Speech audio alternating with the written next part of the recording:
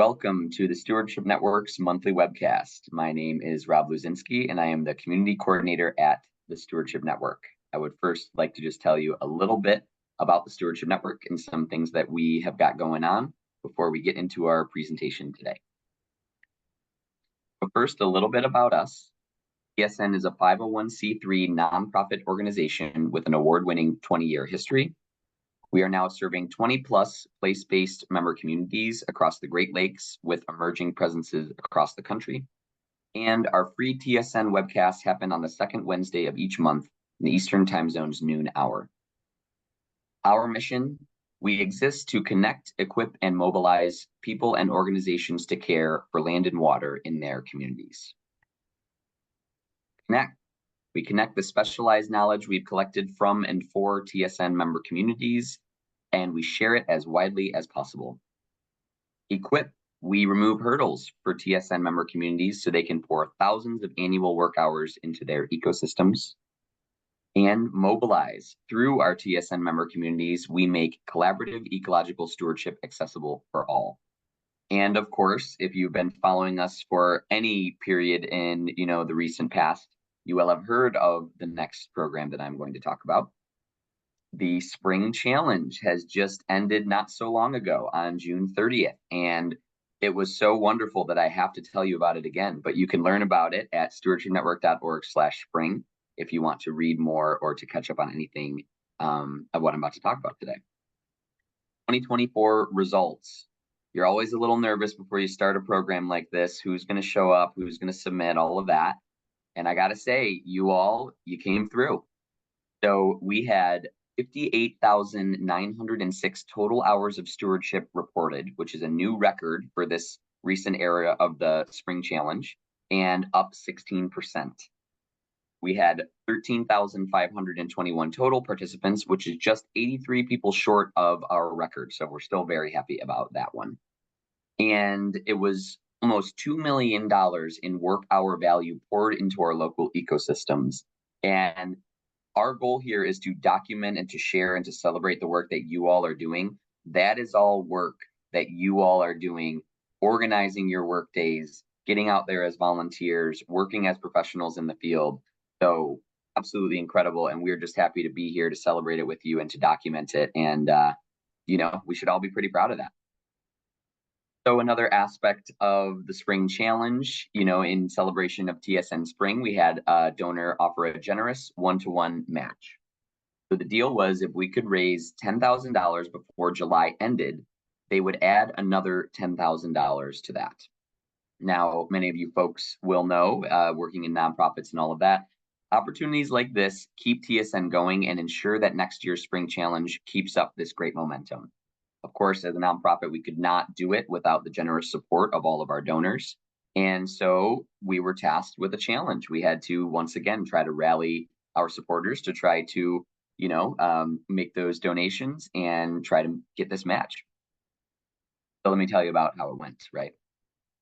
So with just a few days to go, we were a few $1,000s short, and we were feeling a little bit nervous, as anyone does. Usually a lot of these come in at the end, but you never know, and you don't want to put too many eggs in that basket. Momentum had slowed, and like I said, things were not looking that good. But suddenly, a torrent of grassroots donations rolled in and pushed us over the finish line at the very last minute. So thank you so very much. We were able to raise $11,225 for this matching campaign, and again, $10,000 of that matched for this campaign. So we are so very grateful to all of you for doing this with us and for supporting us and for being here at the webcast. And I could go on, but we are just very thankful, and we're happy today. And now we're also thankful for Denise Keele, who will be our presenter today from the Michigan Climate Action Network. And the presentation is Stewardship is Climate Action. So I will now turn it over to Denise, and you can go ahead and start sharing your screen whenever you are ready. Great. Well, thanks so much, Rob and Stewardship Network, for having me today. Those are amazing feats in those intro pieces. So happy to see all of the support coming out for Stewardship Network, and happy to also share those events with all of our members. So let me get this set up here to do a little full screen mode. And exactly that's what I'll be talking about with you today, is how stewardship and what you're already doing, all those hours worked in all those different ecosystems, is already climate action. So first, maybe just why would TSN invite me, and why maybe should you listen to me today?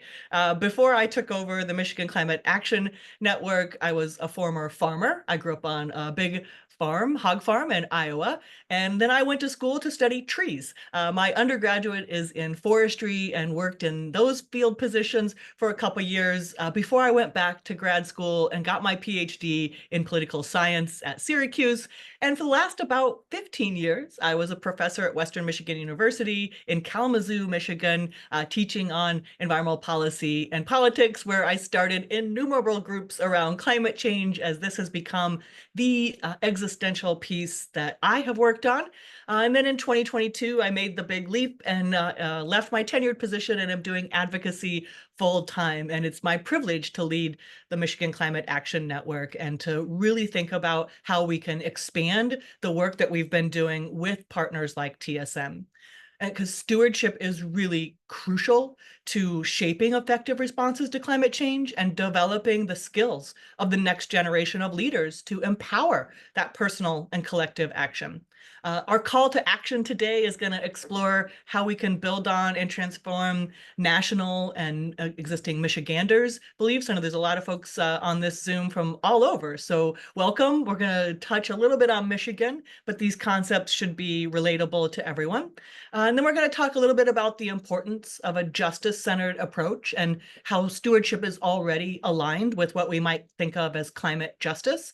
And then I'll talk a little bit about some of the policies that are at play in our state and federal world, and how those might be helping contribute to stewardship as climate action.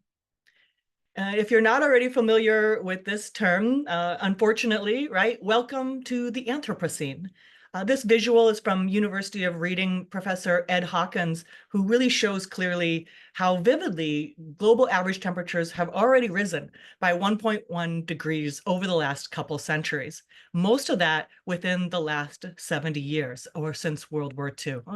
The Anthropocene is this common name for a geological age, viewed as a period in which human activity has been the dominant influence on climate and the environment.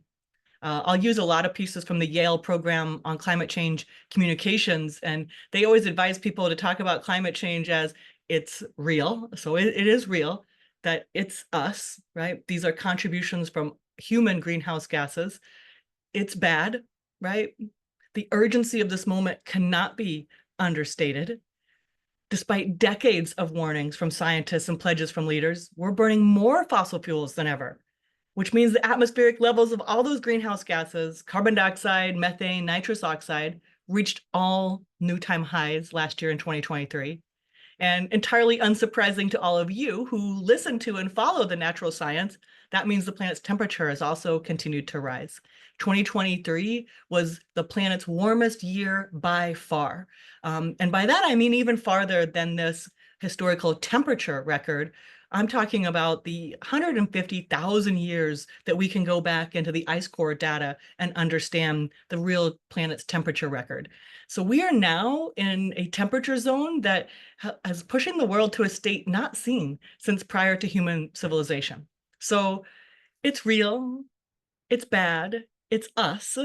But don't worry, most of this talk will be about the last thing that Yale tells me to talk about. There's hope, right? We're going to be doing a lot of things today about what you're already contributing to solving this climate crisis. Just for our thinking about the impacts, though, we have to remind ourselves what it really means. Most of you are probably familiar with the climate targets in the international world of 2 degrees of warming is really where we'd like to, for sure, maintain things with a 1.5 degree global overall average. Well, what would it mean if we go above those? It means that Arctic sea ice will be gone in 2 out of every 3 summers.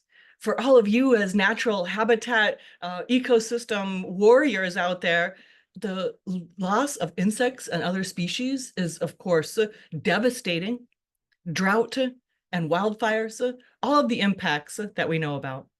It's different everywhere. Here for my Michiganders, we are experiencing greater than average precipitation, like 5 inches a year more, but it's all coming at times all at once that leave us in that drought. And we're also a lot of human impacts, right, around our power supplies and the dog sled races being canceled due to the lack of winter. Our Great Lakes sea ice is normally about 53% coverage, and last year we only had 16% of the Great Lakes covered in sea ice. Very critical habitat transformations that are happening on top of, right, all of the other habitat stressors that all of you are so familiar with around development and other sources of pollution. The good news is that we are the majority. I know it sometimes may not feel that way out there, but this is again from the Yale Program on Climate Change Communication. As a former political scientist and social scientist, I like to say we also follow the social science data. And Yale has been surveying folks in the US for about 10 years now. The first was in 2013. And instead of putting this into ideological lenses, they came up with the categories of 6 global warming Americas. And that ranges from the most alarmed and most concerned, really most motivated to be doing things, all the way to that right end of the scale of the lowest belief in global warming or the least concerned and least motivated.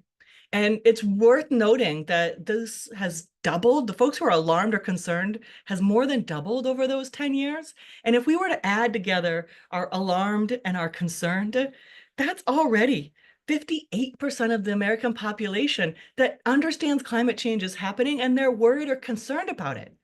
If we add our cautious folks, these are folks who really need to see from others the social cues that climate change is important to know what to do. If we add those folks, that gets us to 75% of the American population.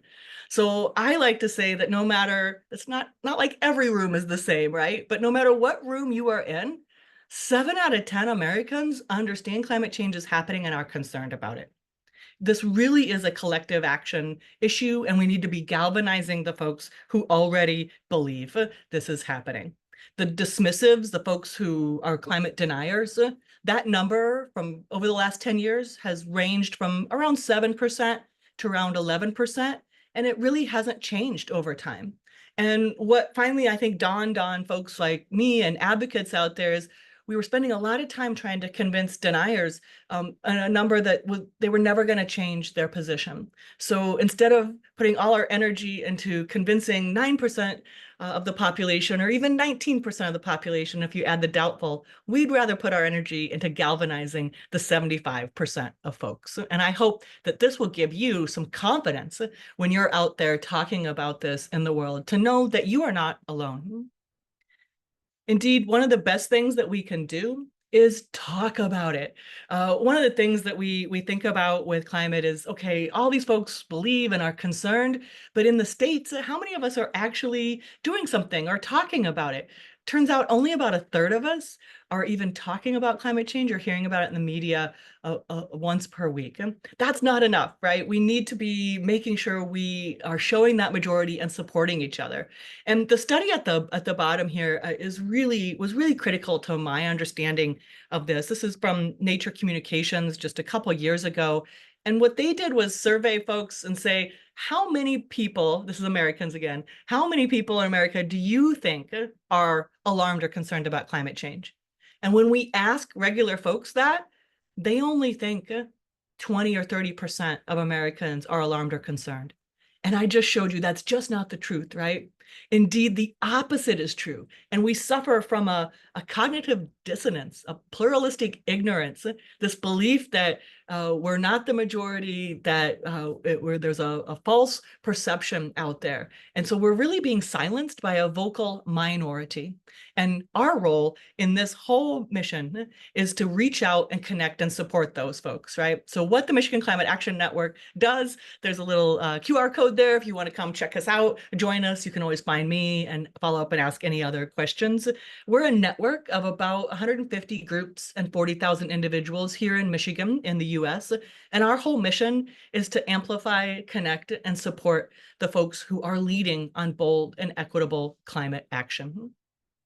Our mission and vision is to really establish Michigan as a leader in these equitable policies, to make sure that our zip codes no longer predict our health and climate impacts, and to inspire those cultural shifts. Again, remember those folks in that cautious category? They need to see the rest of us taking action and making a fun, livable future, right? That's how we really approach this whole issue. I hope you'll join us. And I was so glad that Rob got to start with TSN's mission, because I really see a lot of similarities between our two missions.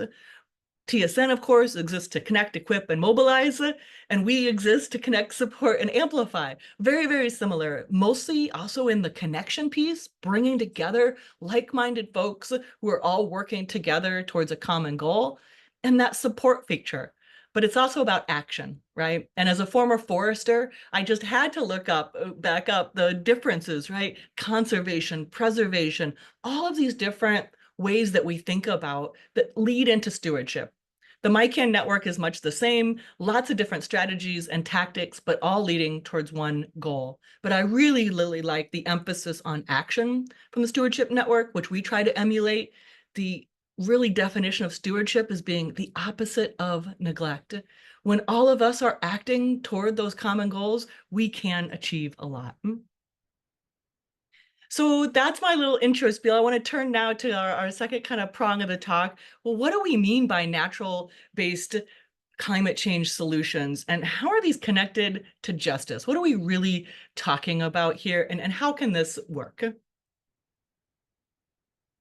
I'll start a little bit with some of the overall greenhouse gas emissions. What are some of the sources of our problem here? And on the left is the global. This is the entire international community that we have inventoried. And on the right is our United States. And I'll just point out a couple differences here, because I think it is instructive for all of us to go and look at this data and to help have the science inform our pieces, of course. And at the global level, you will see agriculture, forestry, and other land use at 24% of overall emissions. When we look at the United States, we only carry agriculture into that category, right? Our land use and forestry and other items in the United States aren't on this graph as emissions, because they are actually serving as a net sink, providing for about 13% of reduction in the United States total US greenhouse gas emissions. That is a true credit to many of the professionals on this call who are stewarding that land in order to keep it from creating those kinds of emissions. But don't worry, international community, the US makes up for it in transportation and other buildings, right, that just aren't there at the international scale.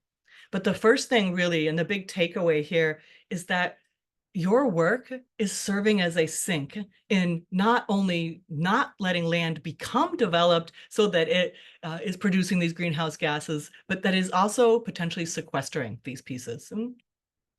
In Michigan, and you can look all this data up in the US for each state, in Michigan, our greenhouse gas overall emissions mirror the US pretty much the same. It's transportation and it's electricity use. But when we look at our emissions from land use and change, you can see how this adds up. Even in Michigan, we get a net total sink of 0.8%, meaning our lands are capturing and sequestering that much carbon to keep it out of the atmosphere. You can see some of the categories here are, things like cropland, of course, is agriculture is still committing to some greenhouse gas emissions. But once we start to get on the negative end of the scale, we're converting lands to grassland. We're converting lands to forest land. We're keeping settlements as settlements. Urban density is a really great climate solution. And mostly we're keeping forests in forests, right? The more that we can keep and maintain and return natural ecosystems, the more we can rely on our natural world to sink that carbon and greenhouse gases for us. When we think about nature-based solutions, there are really all sorts of actions, right? To incorporate natural features and processes to protect, conserve, restore, sustainably use, and manage natural or modified ecosystems. These most often really also address socioeconomic challenges, providing measurable co-benefits, right, to people and nature. They're enhancing human well-being, improving ecosystem health, supporting positive social and economic outcomes. And we can increasingly use these for both what we think of as mitigation and adaptation. So we've got strategies here, reforestation, wetland creation have been used for a really long time. And I think it's more the recognition of these projects and opportunities and the acceleration that we could do, again, to really contribute to dramatic declines in emissions and also to these sinks. Many of these are doing both, again, right? Mitigation and adaptation makes them a really a total climate winner, right? Some of our examples of allowing forests to grow or restoring coastal wetlands, but some are really preventing greenhouse gas emissions. Growing our forests is actively removing carbon dioxide from the atmosphere. The International Union for Conservation on Nature did this study and came up with these ideas about how much is that contribution internationally. And this was a great study that really also highlighted the power of nature to protect people and our environments. And all of these nature-based solutions are given a full addressing in this publication. But they came up with internationally the numbers that nature-based solutions could reduce the intensity of climate weather-related hazards, right? And could contribute 30% to those greenhouse gas reduction emissions. So when we think back to even the international or the US greenhouse gas emissions that I just showed you, imagine taking 30% out of one of those chunks just by doing stewardship. Those solutions could deliver about 5 gigatons of carbon dioxide equivalent in the overall international reductions. And in US dollars, these things also save us money, could save us about 393 billion. Because as you know, right, working in natural ecosystems and having them do their thing on their own is way less expensive than some of the infrastructure adaptations that are modeled around building seawalls or other hard improvements, right? We can save a lot of money by also just investing in nature. I do want to caution you, and many of you are probably well aware of this as we turn to a lens of climate justice here, that nature-based solutions can obviously help reduce climate change in both mitigation and adaptation, but they're not going to solve climate change on their own, right? We love planting trees. It's a very popular policy, but it's not going to do it on its own. And that's because of this top idea. Nature-based solutions are just not a substitute for also phasing out fossil fuels. I often talk about we need to do 3 things. We need to stop using fossil fuels, transition to a renewable economy, and conserve our energy, right? And if we don't also stop using fossil fuels, then our natural ecosystems are just never going to be able to catch up because they're also still experiencing those impacts on coral reefs and wildfires and all of the devastation. So we still have to do that, right? Don't let this be a panacea to other actions. And we are also this is can be controversial out there in the international communities, but we are, Michigan Climate Action Network, opposed to carbon offset accounting. We also want to make sure that those natural sinks are protected in their own right and aren't sold off multiple times to, again, make up for otherwise carbon polluting behavior.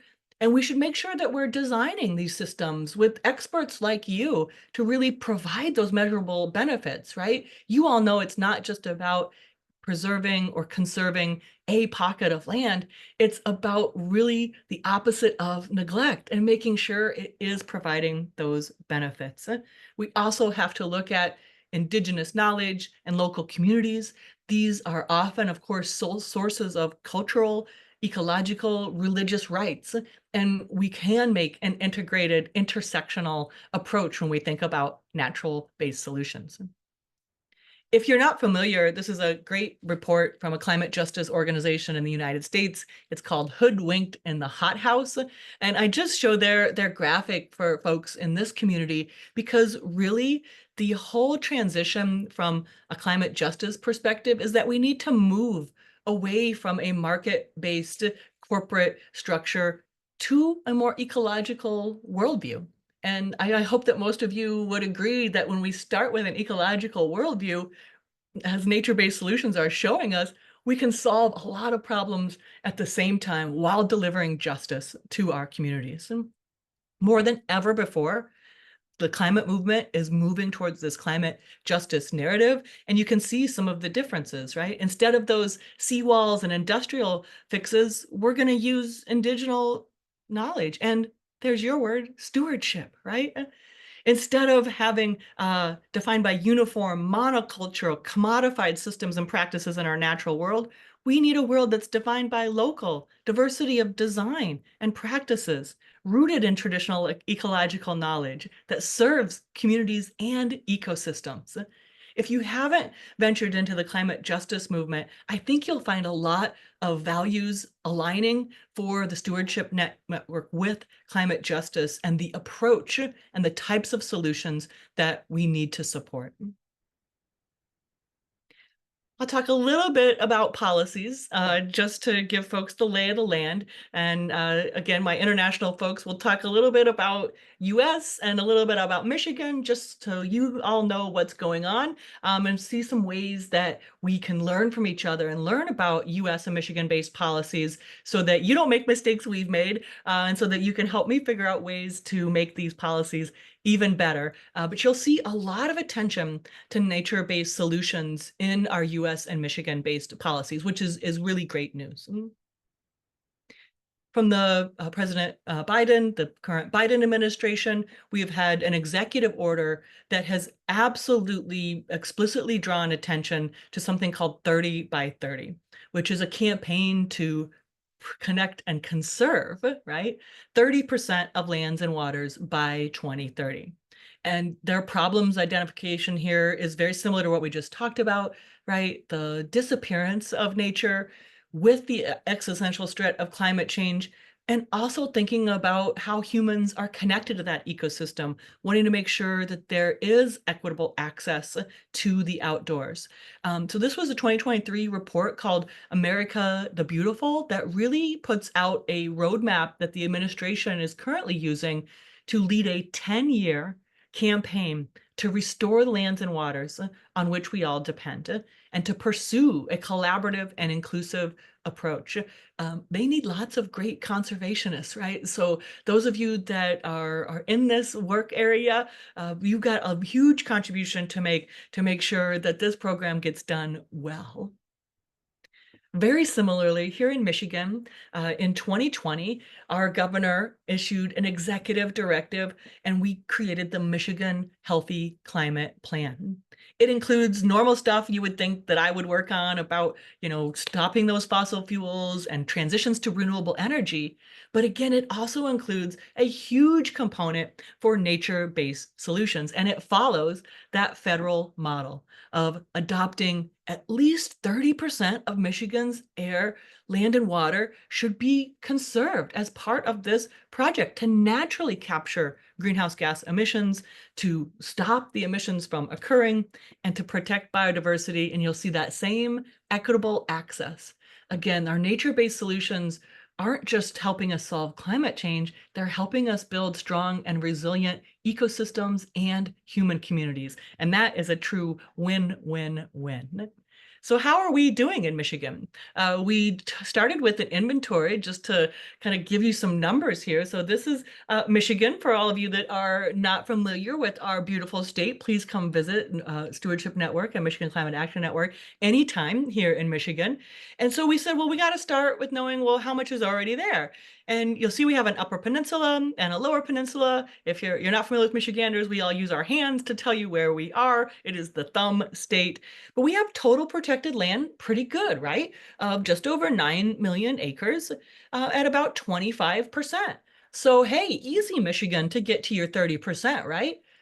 Well, this is where climate justice and equity becomes really important again. If you notice, right, where is most of the little green dots?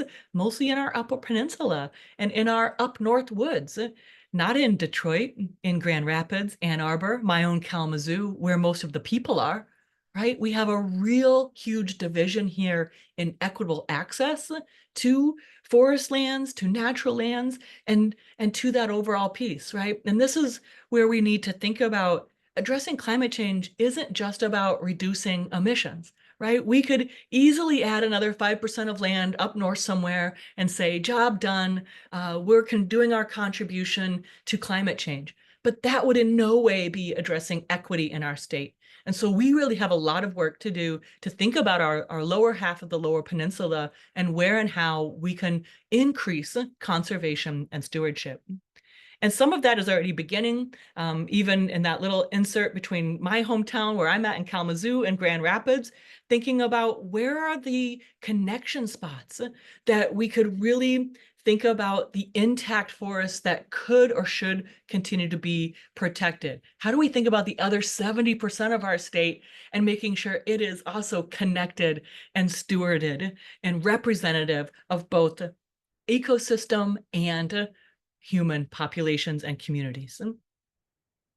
We didn't forget about streams and rivers here in Michigan. We are, of course, located right in the heart of the Great Lakes, and so water is a huge value for us as well as recreation, as well as our ecosystems. And so I'm really glad to see our Department of Natural Resources thinking about the carbon sequestration potential of Michigan's groundwater, our wetlands in particular, and how we're keeping those streams and rivers connected as well. A little bit into some of the other policies. Not only are you the majority in the United States in believing and caring about climate change, but you are in the vast majority of the types of policies that we need. The closest question that Yale asked about stewardship is really, hey, would you support funding farms to absorb more carbon? A whopping 86% of Americans would support that.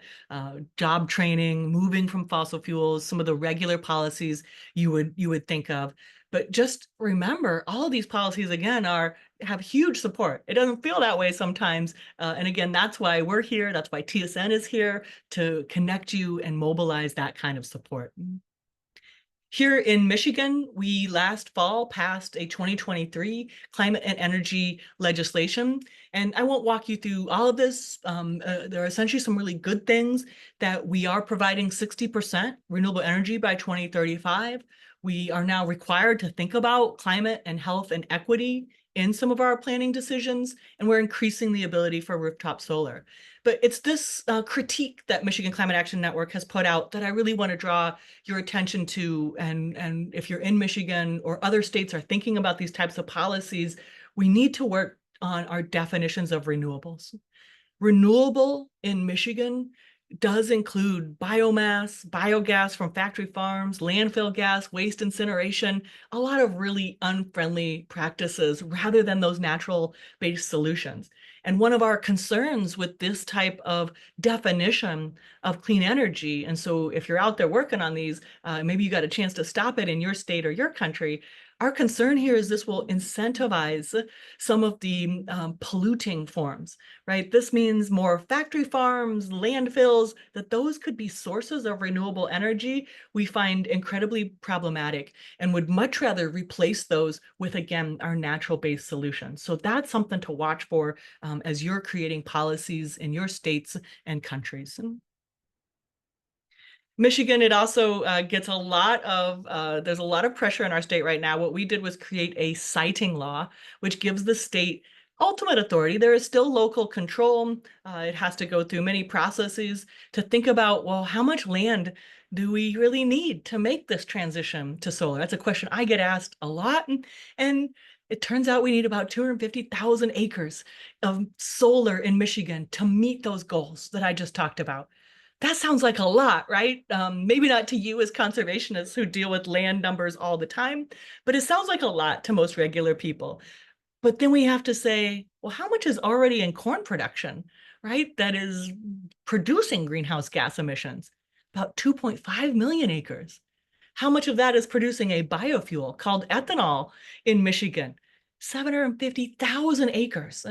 So really, when we think about converting or putting solar panels on 250,000 acres of land, one easy way to do that would be to stop putting our emphasis on ethanol and using that. But moreover, given everything we just talked about, there is a way to integrate our renewable energy with our nature-based solutions. And we are big supporters that land should never be taken out of biodiversity, of course, but it should never also only be used to produce renewable energy as in solar production.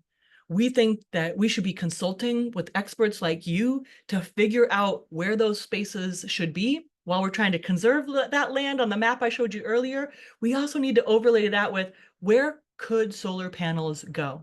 And how can we integrate those uses, sometimes with farming, sometimes with pollinator habitat, right? I'm really excited to share this study with you, and I've put the contact down here at the bottom because I am borrowing this slide from the Michigan State University Extension Program. Dr. Gould is the bioenergy educator there, and here is his contact if you want to know more about these specific things. But he was at a talk that I was at and had done a presentation, and I learned about this study, a recent study from Watson et al. In 2021 that tried to model, does it actually work if we put the solar panels up and we have the habitator pollinator habitat underneath them? Does this actually work? And it turns out, yes. This is one study. We're still learning a lot about how to do this, and I encourage your expert advice on these types of projects. But this study is very encouraging compared to its agricultural use, right? So this is on farmland. Solar native grassland habitat, even under solar panels, was a threefold increase in pollinator supply, a 65% increase in carbon storage, and sediment and water retention were reduced 95 to 19% respectively. So, and this was a study of Midwest, so of these 7 different states.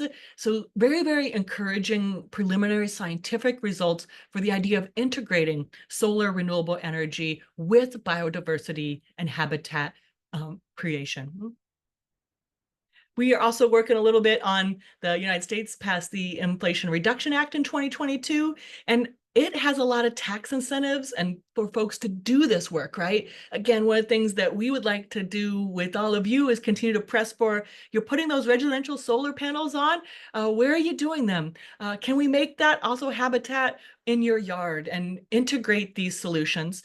And one of the big things that we think about with this act, we really need to get that story out. So to return to our values of following the social science, and we really need to be talking about climate change more, I would love to be telling a nature-based solution story that helped get some tax credits to put that piece in your nature center, at your school. If you're in the US and you're doing a project like this that really connects the values of stewardship and climate action like we're talking about today, please click that QR code and tell us about it so that we can let more folks know about how that works. And the other pieces that, if you're in Michigan, that you can come do, we started with our friends at Michigan Alliance for Environmental and Outdoor Educators, a climate education action team. This has been a lot of fun. We get together and share resources and talk about how we can improve our education. I know so many of you as stewards are really educators at heart. And so finding those materials, you know, how do we make that demonstration site really, really successful? How do we encourage others to understand the information about nature-based solutions. If you're in Michigan, come join our team. And if not, then we'll help you set up your own wherever you are. Our last little piece that I want to talk about with you, if you're especially in the area, or if not and want to come visit us, we really bring all of these types of solutions together and all of our advocates in the state together once a year. And it's coming up this September. September to Remember will be our Michigan Climate Action Summit. We are the People's Summit in bringing together these kinds of local, empowered, nature-based solutions. This year's theme is climate civics, and it's kind of beyond voting, right? It's a big election year in the United States that folks are paying some attention, but it's more than that. When we think about civic engagement, we think about that broadly. How do we continue to sustain engagement in all of our communities? And that means groups just like yours and all of the folks that you're working with across multiple states in local communities. It takes a lot to organize and to keep that going and to keep the why there and to have your supporters really showing up and to tell that story. And so we really want to leave folks from this summit with some ways about why that continues to be important and some good skills to take that back to your communities. So even if you're not, worried about the election, come talk to us about how to sustain these communities of practice and the supporters and organizers and volunteers that all of you have to figure out how to do good work every year. And with that, I'm going to say, I hope I have convinced you that stewardship is indeed already climate action. And I see just wonderful opportunities to continue to complement each other's work and to work together to both advance the Connect, Equip, Mobilize goals of the Stewardship Network and the Amplify, Connect, Support goals of the Michigan Climate Action Network. I hope there are some questions in that chat, and I'm going to stop share and see if I can't just talk to some folks for a little bit. Excellent. Thank you so very much, Denise. That was amazing. Really appreciate you taking the time Sure. and talking about all of these important issues and the connections between our shared initiatives. So I wanted to start briefly with a few questions that I had, and then of course I want to also get to everyone else's questions.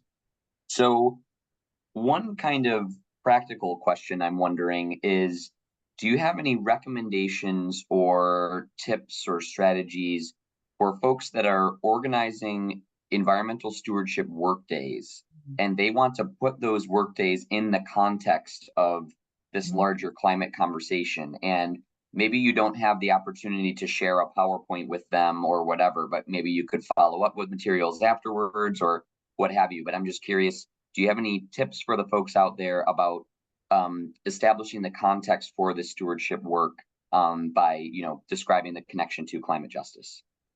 Yeah, really, really great question. That's really what it's all about. When you're out there doing that next planting or bringing that group out, how are you going to make this connection, right? And so hopefully I've given you the first knowledge is don't be afraid to talk about it. I think sometimes we still are. You are not alone. And it is, as a former educator, you're going to be that question in the class that everybody has, okay? And so I think the first thing that I would advise folks is please do talk about it. Do not shy away from this because you're really only doing a disservice to the 70%, probably more in your communities of folks who want to know how this is actually helping solve the climate crisis at the same time. And the second thing I would say is, my gosh, you are the ones who have all of this specialized expertise in why these particular species and ecosystems are so important. And I'm happy to work with groups to put that together into effective messaging, right? To add on that piece of, and we think that today's planting is going to contribute X amount to our state, our country's climate goals. And that could be, again, the reduction, right? The amount of sequestration. The science is so far advanced on this now, we can actually figure that out, or we can put you in touch with someone who can figure that out, all right? To be able to say, look, what's our contribution? That would be such a wonderful stat to continue to add to your, there's how many people came out, here was our workday results, and here's how much carbon we would sequester today. Wow, that would be amazingly powerful.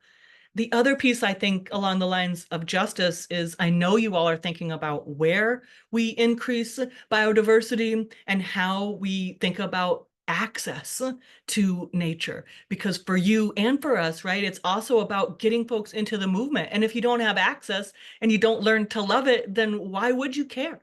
And so I know you want to get folks out in nature and understanding this. And I think thinking about where we do those activities in those smaller urban gardens to bring that to the populations that aren't going to be able to travel to us is the other thing I would really stress there. And those folks are going to have their own wealth of urban knowledge. For example, we've got some urban Detroiters who are very interested in their native pollinator habitats for their rooftop gardens and things like that, right? Like really expanding that access. And they have developed ingenious methods, I will tell you, for watering and maintenance that I think would blow every conservationist's mind. So we also have a lot to learn from urban communities who are dealing with extreme hot pavement temperatures, trying to keep that pollinator garden going, and are out there putting ice under them, right, on these extreme hot days and doing just really incredible things that I see a lot of cross learning. So I think having some tips and practices as the climate changes, right, around the care of those gardens would be a really wonderful thing that you could leave people with as they go forward. Sorry, long answer, but that was too good of a question. No, it was wonderful. I totally appreciate that. And just to, further kind of support that Mm, idea, thinking back to the fact that it is actually a significant portion of the population that's that right. care about this issue and that think that it's important. But that being said, we're still not seeing it in the media, in the conversations you're having on a daily basis as much as we would like. Right. And in the same way that folks can have agency to get out in the field and make a difference, you can be the person that makes a difference, removing invasive species, supporting native ecosystems, all of that. In the same way, even just having these small conversations, and it's not always super confrontational. I mean, we must not always focus on being polite. We know this. We need to make sure that we're making progress and we need to be willing to do the hard conversations. But generally speaking, even just mentioning climate change in your daily life with your friends and family, with your coworkers, with the people that you're working with during volunteer stewardship days will help move that needle, will make it more prevalent in people's minds, even those that care deeply about it. It will keep it at the forefront of their mind when they're moving through their lives, when they're not explicitly focusing on the topic. So, just another way, I'm imagining that folks listening to this conversation, can participate in that. Now, I Mhm. want to jump into some of the questions that we have in the Q&A. And so there is one, and it's an anonymous attendee, but asks, do you know if the climate education action teams are collaborating with extension volunteer programs?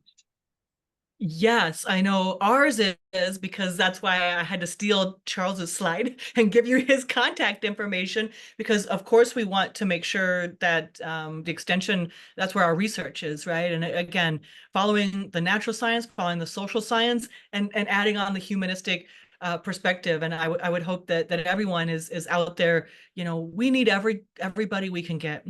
And everyone has and brings a unique talent, information, skills to this movement. And absolutely, we want to rely on our folks at Extension to give us that preeminent scientific understanding. And it's studies like that, right? I don't want it to be confirmation bias. I want it to be true that where I put solar panels and pollinator habitat works for pollinators, right? We need to know the answers to questions like that so that I can effectively promote them, and I hope you will too. So a resounding yes. We want to keep working with you, Charles, if that's you. That's amazing. Thank you. I'm also seeing, so from Mark, and we'll just do probably a few more questions here. And this relates to kind of the first question. So maybe just let me know if there's more to say here. But the question is, can you identify any specific climate response benefits of local site-specific stewardship work as a complement to the broader landscape conservation goals?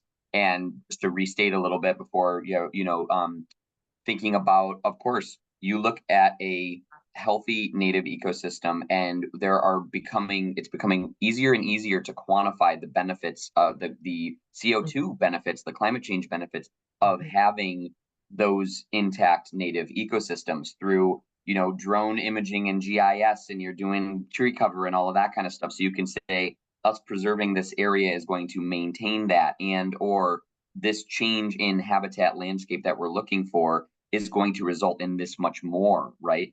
But I guess just to follow up, see if there's anything more there. Do you have any other specifics other than what you mentioned about kind of the tangible ways, tangible metrics, and maybe this is an emergent field that maybe we're still figuring out how those all It work is. out. So Oh, no, that was you gave a great answer, I'll anytime, Rob, you come with me on the circuit here and do these together. Absolutely right. We can quantify those pieces and need to and want to, and I think showcasing those measurable benefits. Soil is still right. We're talking about regeneration and that is still prairies, I think, are the one unsung scientific. I haven't seen something where we really understand wildflowers. I'm a former forester, right? And so trees, one of the reasons I actually studied trees is because they were just easier than animals and other things, because other things move around. But one of my climate jokes, of course, is even the trees are moving, right, in response to climate. And so I think it is a real mix of the science and that extension question to understand what species should we even be planting now, what's going to be, what is, because, right, we can mitigate and adapt as much as we can, but the climate is still changing. We're at 1.1 degrees where I started. So we also have to be thinking about what species, and that's, I think, the big open question right now. And a lot of great research is going on and a lot of wonderful experiments. And most, my own local nature centers are experimenting with kind of a mix of traditional, what it should have been oak hickory forest, but maybe we're going to need to do a few more of ash species or something else in order to think about that future, and really studying that is something I think we can get all on board with. And just a reminder to me and everyone, it's also, again, we have to think about this not as just reducing the carbon. This is about improving biodiversity. That's a measure we know how to do really, really well. And about improving access. Also a human measure that we know how to do and we know how to showcase. And so those would be the things that I would be focusing on if I was doing my local project and wanted to make that climate connection. absolutely. And just to zoom out for a second, because I really do appreciate how, you had a lot of specific examples of Michigan, of course, and of your work. And then there's these larger kind of, the larger context of this entire conversation. And just thinking about, you know, um, climate mitigation means a lot of different things. One of which is climate change is going to cause a lot of interpersonal and personal stress, emotional stress on people. Having more access to green spaces is going to help them better deal with the negative emotional impacts of climate change. Take that even a step further. One of the biggest emitters is war. War is a terrible thing that results from, fighting over access to natural resources at times. And so not only are you helping to prevent conflict by increasing access to those natural resources, so you're helping people get access to the natural resources that they need and using them sustainably, and you're also preventing conflict, interpersonal turmoil that happens as a result of these, climate change and just, the challenges of accessing natural resources. So it really, I mean, it's such a powerful concept, and we think about it, how lucky we are in Michigan to, not have those direct violent conflicts, but still, I mean, on a day to day, who's got access to clean water, who's got access to outside, who's got Right. access to clean air? Like these are extremely important, very much in especially underserved areas. And so, yeah, I mean, you hear me getting excited, but it's powerful. It's a powerful thing that's going on, It So is, and thank you so much for bringing. I'm gonna add that to this talk because the benefits to humans of just being in nature are incredible, and I think that's one of the things that we're really returning to in the climate justice movement and that ecological consciousness is not just, there's not one problem with one solution. This is about being recognizing interdependence, recognizing the integration, and it's almost still harder for us, especially as Americans, I have to say, in some white supremacy culture it's almost too hard for us to, it's like too good to be true. Oh, there's a natural solution that has all these co-benefits that turn out to be really great for us. it's very difficult to think about those integrated holistic solutions given how segmented and indirect we've tried to make this problem. And I think that really is part of the challenge in just thinking about expanding our worldview to a much more integrative approach like you were just talking about, Rob. Yeah. Absolutely. I've got one more, a little bit more specific question that came from Lisa. And thank you all so much for submitting your questions, by the way. And this has been excellent, Denise. Great follow up to your presentation. So Lisa was asking, talking about the fact that there are so many different programs around kind of federal and even localized incentives around, some of these activities that you're talking about. She's wondering, is there a resource that helps to boil down some of the ABCs of these rebate tax reduction programs? She specifically said at the state and federal level. Just curious about how people can try to help navigate a relatively complicated, landscape of these incentives.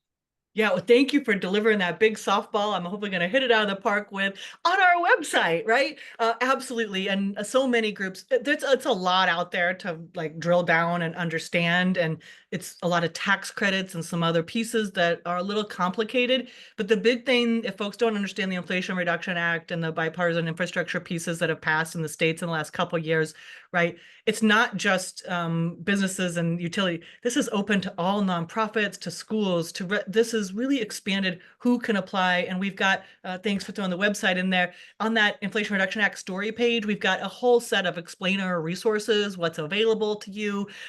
Rewiring America came out with a great tool. If you're a residential homeowner, you can simply just plug in your address and it'll be like, here are all the things that you could be applying for and how much money you could save on all of them. And so we are very much trying to get out those resources. And much like you, folks don't really think they should take advantage of them until they hear it from someone else that they know. And so that's why we're trying to also get together some stories of, well, how did you actually do this to make it a little more human about, okay, here's a tax rebate, but here's how a real human actually did that. So yeah, happy to share those resources on our site. Hope you'll go and use them and come up with some great projects, because I am really looking for a story again that is from someone who's like wants to do solar and pollinator habitat on their own like acreage. That would be just a wonderful thing to bring all of this home.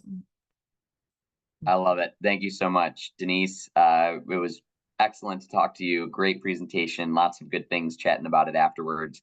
And I will let you go. So Denise has to leave at the top of the hour for her next meeting. So I'm going to let Denise go and I will go through our outro slides. But once again, thank you so much. And yeah, a lot of appreciation from the folks in attendance too. So thank you, Denise. Thank you And great to so see you. much for having me today. Much love to all everyone out there in the Stewardship Network. Peace. And you guys are a big sponsor of our summit. I know I'll see many of you in September. Thanks for Yeah, having me. Sorry, I have to. absolutely. Please check it out, everybody. It's going to be an excellent event. That sounds good. Okay, cool. So I'm going to hop in here and do my screen share, and hoping that you see that. I will trust that you do. So we encourage you to become a regular at these webcasts. Again, it's the second Wednesday of the month in the Eastern Time Zone's noon hour. And, put it in your schedule. Just kind of make it a habit of coming to these. And you can also register for future webcasts via our website, stewardshipnetwork.org/webcast. So I'd like to talk about a couple of the webcasts that we have coming up. So here we have September's webcast, which is Rethinking Kirtland's Warbler Conservation with Bill Rapai of the Kirtland's Warbler Alliance. Then in October, we have Volunteer Stewardship, Tips and Tricks from a Super Volunteer from Emily Leslie and Wayne Gleber from the Michigan DNR. And in November 2024, we have Empowering Communities for Effective Urban Forest Stewardship with Asia Doughton of Michigan State University. And I'm telling you, you do not want to miss any of these, but in particular, that one is about to be excellent. Asia is a wonderful presenter. We've had her before, and I hope that you will join us for all of those upcoming webcasts. With that, I will say thank you. I hope you have a wonderful rest of the day, and we'll hopefully see you again next month.